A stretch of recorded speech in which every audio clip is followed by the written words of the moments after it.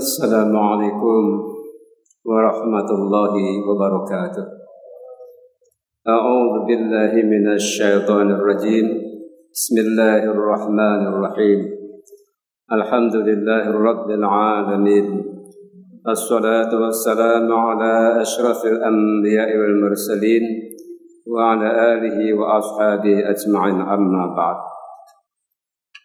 Sidang Jumat maksud kami jamaah sholat Isya, dan insya Allah nanti jamaah sholat tarawih Masjid Agung Syuhada yang kami muliakan dan kami banggakan. Pertama, marilah kita panjatkan puji syukur kehadirat Allah Subhanahu wa Ta'ala. Kita semua pada malam ini tentunya pada sehat dan insya Allah sehat semuanya. Bapak-bapak sehat semuanya? Alhamdulillah. Tentu buka mungkin di mana tempat tadi, tapi yang jelas saat ini kita pada buka sudah selesai. Insya Allah nyaman untuk ibadah. Kalau kultumnya insya Allah 5 menit saja. Dan terpenting bahagia kita menyambut ibadah malam hari ini. Salawat dan salam semoga tercurah kepada kita Nabi Agung Muhammad sallallahu alaihi wasallam, pembawa risalah kehidupan umat manusia di muka bumi yang sempurna, dan juga telah menjamin kesempurnaan di akhirat kelak juga. Semua tercakup dan telah disampaikan oleh beliau secara tamat, secara sempurna untuk umat manusia, baik yang sudah masuk Islam maupun yang juga belum mendapat hidayah dari Allah Subhanahu wa Ta'ala. Semoga nikmat serupa tercurah pula kepada keluarga beliau, para sahabat beliau, dan teristimewa pengikut-pengikut beliau, insya Allah termasuk kita sekalian, nanti sampai hari kiamat tetap istiqamah dengan kalimat tauhid La ilaha illallah Muhammadur Rasulullah. Ini hal yang selalu kita renungkan dan tegaskan dan tidak ragu. Itulah salah satu senjata kita, bahwa Nabi telah menjamin di yaumil hisab nanti mendapat syafaat beliau. Amin Allahumma amin. Jamaah yang dimuliakan Allah Subhanahu wa Ta'ala, saya sedikit mengatakan, karena kami tidak mesti tiap saat di podium ini, tapi satu hal bahwa malam ini amat saya rasakan betapa Allah Maha mengatur dengan sebaik-baiknya untuk hamba atau kita semua sebagai umatnya. Jamaah malam ini adalah demikian jaraknya, yang biasanya adalah rapat mulai dari depan sampai belakang, bahkan juga diserambi-serambi.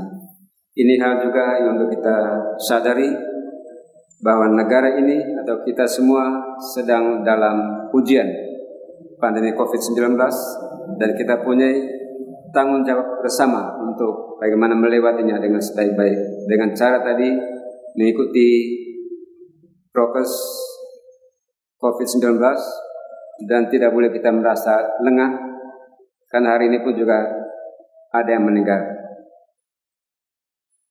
Saudara saya juga hari ini meninggal, suami dari sepupu kami di Flores sana, yang notabene Maret kemarin saya pulang karena meninggal Pak Le saya. Kemarin masih sehat, hari ini tadi pagi dapat berita meninggal. Inilah untuk sama-sama kita menyadari demikian Allah sudah mengatur. Tapi kata guru kita, para ulama kita, bahwa meninggal itu adalah wafat, itu tidak perlu ditakuti. Kalau sudah selesai jatahnya hidup, maka ya memang meninggal.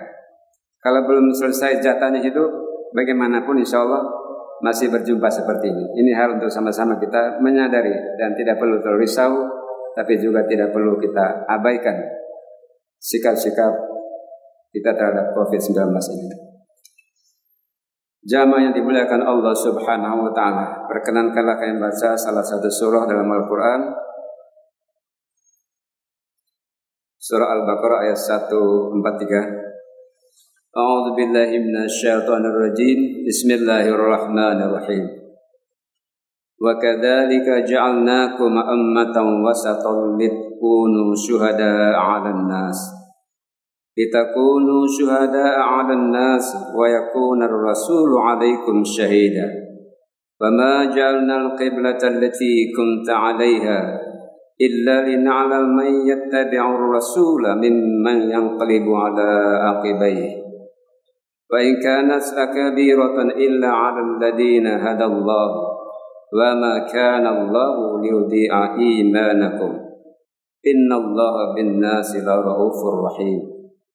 Shadaqallahu adzim. Kurang lebih terjemahnya menurut Kementerian Agama. Dan demikian pula kami telah menjadikan kamu umat Islam, umat pertengahan, agar kamu menjadi saksi atas perbuatan manusia yang lainnya, dan agar Rasul Muhammad SAW menjadi saksi atas perbuatan kamu. Kami tidak menjadikan kiblat yang dahulu maksudnya Baitul Maqdis kamu berkiblat kepadanya, melainkan agar kami mengetahui siapa yang mengikuti Rasulnya dan siapa yang berbalik ke belakang. Sungguh pemindahan kiblat itu sangat berat, kecuali bagi orang yang telah diberi petunjuk oleh Allah Subhanahu wa Ta'ala. Dan Allah tidak akan menyia-nyiakan imanmu. Sungguh Allah Maha Pengasih, Maha Penyayang kepada manusia. Sidang jamaah salat Isya dan tarawih dimuliakan Allah Subhanahu wa Ta'ala. Malam ini kita sedikit untuk merenung kembali kata umatan wasaton atau umatan wasit, umatan wasata. Oleh majelis ulama memang disebutkan bahwa Islam di Indonesia itu adalah Islam yang wasatiyah. Artinya Islam yang apa? Moderat. Islam yang tengah-tengah. Artinya tidak ekstrem. Dan syuhada ini memang kader-kadernya dulu, kami masih ingat waktu kami masih di TKMS, menikah dengan syuhada.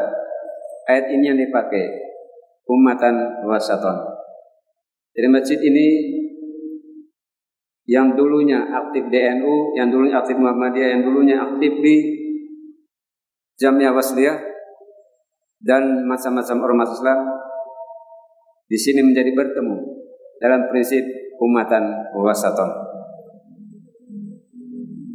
Kalau hari ini kita sering melihat di medsos ataupun juga di mana-mana ada sebagian umat Islam, saya tidak sebut umat lain, mengatakan ada saudara-saudaranya yang termasuk ekstrim atau bahkan disebut terpapar SARA. Itulah kalimat-kalimat yang telah kita lihat, telah kita dengar sampai akhir-akhir ini. Sejatinya adalah umat Islam itu adalah damai dan moderat. Lihat saja bapak-bapak atau jamaah pada malam hari ini.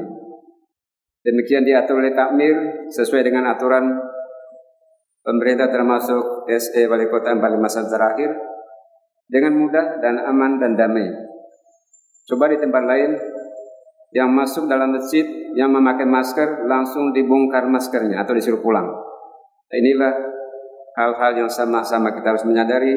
Alhamdulillah Yogyakarta termasuk umat Islam atau umat Allah yang demikian moderat. Tentu saja moderat karena telah memiliki pemahaman yang relatif memadai mengenai sesungguhnya rapatnya shaf dan juga lurusnya shaf pada waktu dan kondisi yang seperti apa. Hadirin jamaah salat tarawih dan Isya yang kami muliakan, ada beberapa hal yang perlu kita ambil hikmah dari prinsip umatan wasaton ini. Yang pertama, bahwa salah satu yang bisa menghadirkan prinsip itu dan menjadi bangga kita megang adalah ada rasa keadilan. Itu tentu dalam pemahaman tafsir lain termasuk di At-Tanbir juga disebut sedikit itu. Dan keadilan kita hadirkan dalam hidup ini sebagai masyarakat atau sebagai jemaah, maka pastilah kita selalu damai untuk bisa memahami yang lain atau pendapat-pendapat yang lain. Jadi yang pertama adalah adil. Kemudian juga yang kedua adalah prinsip yang selalu berorientasi kepada kemajuan atau futuris atau ke depan. Sebagai umat pertengahan, meski tidak disebut sebagai kelas menengah, umat pertengahan, tentu prinsip ini meniscayakan atau mengharuskan kita sebagai umat Islam selalu orientasi kemajuan masa depan.